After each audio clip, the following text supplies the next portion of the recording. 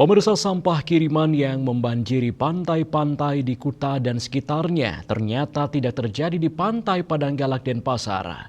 Pantai Padanggalak terpantau bersih dari sampah kiriman pada Kamis 5 Februari 2026 siang.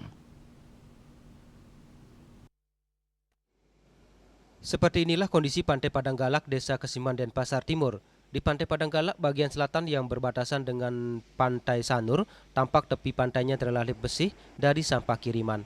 Hanya ada beberapa ranting dan puing-puing kayu yang terbawa arus. Menurut Ibu Dewi, pedagang di Pantai Padanggalak, pada musim hujan ini hampir tidak ada sampah kiriman, walaupun ada jumlah sangat sedikit. Kebersihan pantai juga dirawat oleh Pemkot Denpasar dan relawan yang rutin melakukan bersih-bersih di kawasan Pantai Padanggalak. Meskipun hari ini cukup bersih, Ibu Dewi mengakui di bulan-bulan tertentu terdapat juga sampah kiriman, namun jumlahnya tidak begitu banyak.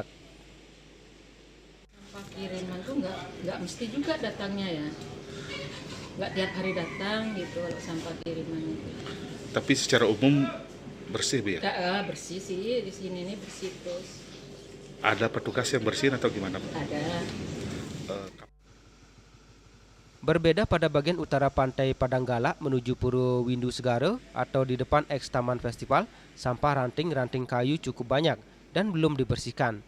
Sebagian sampah tersebut tampak telah dibakar oleh warga setempat untuk mengurangi volume sampah di Pantai Padanggalak. Riase, Bali TV.